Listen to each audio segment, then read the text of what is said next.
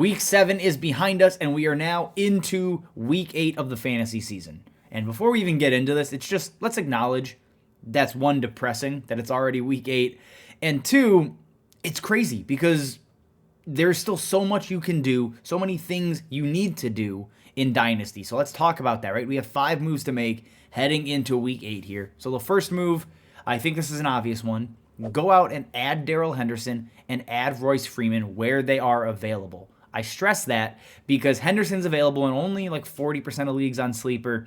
Freeman's available in roughly 50%, at least at the time of this recording. They answered the question, who's the running back to roster for the Rams now that Kyren Williams is on IR?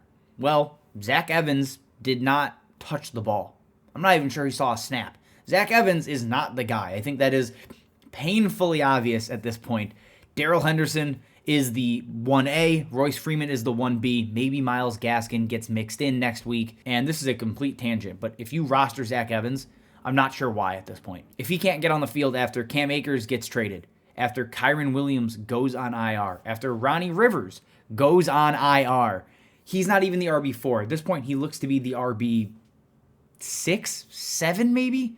Why are we keeping a guy like that on our teams? There are other players out there that we're going to talk about, and even Addison's going to talk about in his waiver video, that are just more important to roster than someone like Zach Evans at this point. But again, the main point here is still add Henderson, add Freeman if you can. Now, someone I'm happy to go and cut Zach Evans for is move number 2. Go out and add Pierre Strong. Jerome Ford leaves with an injury, and then Pierre Strong and Kareem Hunt basically split time from that point forward. I think Strong is clearly behind Kareem Hunt at this point in the season, but Pierre Strong is talented. I think he has enough juice. He's a good enough pass catcher.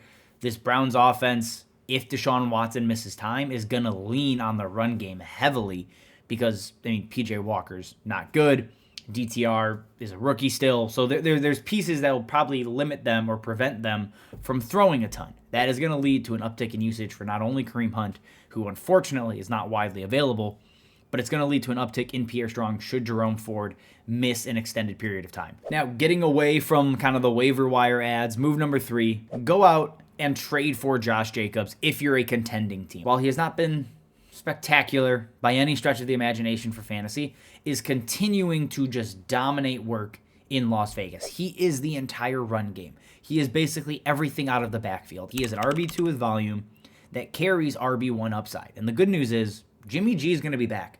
At least he's expected back in Week 8. When he comes back, that is going to be huge because after they get Detroit in Week 8, Weeks 9, 10, and 11, Josh Jacobs has the potential to explode and really build back up his value. So he gets the Giants, the Jets, and the Dolphins. Those are 3 teams running backs have had a ton of fantasy success against. And again, it's not often you can buy a player like Josh Jacobs, quote-unquote, low because he's just underperforming right now. But I think after Detroit, that window shuts. As a contender, you have a chance to grab a very talented running back that is seeing a ton of work and could be a vital piece of a winning roster down the stretch. Before we get to move number 4, guys, if you like these videos, if you like the 5 moves to make and you want an extended version of it, you want additional trade targets, waiver wire ads, players to start and sit, all that kind of stuff, check out the DLF YouTube membership. That is where the extended cuts get dropped, and that is only for our YouTube members. So now, to move number 4, we are going to look to sell Josh Palmer. Coming off of a solid game, a very good game against the Chiefs, I am still ready to move on from Josh Palmer. I'm not sold that he's going to be much more than what we've seen. And what we've seen is a player that is a 12 to 13 points per game kind of guy, right? In the 3 games without Mike Williams, he has scored 10 points, 10.7, and 18.3. This is what you're going to get with Josh Palmer. This just is kind of the guy he is. So if I can go and get multiple second rounders, if I can go get like a Tajay Spears for someone who's looking for a wide receiver, that's a move to make. I think that is a great deal that you can go and kind of pivot off of these replaceable talent level guys and get potential difference makers. And sticking with the theme of selling overperforming wide receivers, call it, I think the move number 5 fits that bill. Let's go and sell Courtland Sutton as well. Through 7 games, Courtland Sutton is averaging over 13 points per game, which is fine. It's not anything spectacular. What's concerning is he scored 5 touchdowns in that span.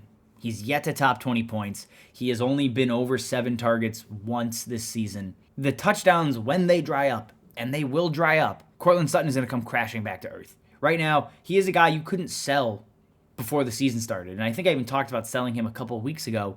And since then, he's done nothing but, score 2 touchdowns. But I'm still just going to continue to say this is fluky. I'm going to sell on the touchdown production. And I get if you're a contender and you want to hold on to him. I think that's fine. But I'd rather pivot off of Courtland Sutton and go get a Mike Evans, a Terry McLaurin, right? Players in that similar age gap that I think are just more talented and probably going to have better careers or end of career stretches than Courtland Sutton is right now. So move off of Courtland Sutton while you still can. All right, guys, that is all I have for you. Again, if you like what we are doing here, you want an extended version of this video, check out the DLF YouTube membership underneath that bonus content tier.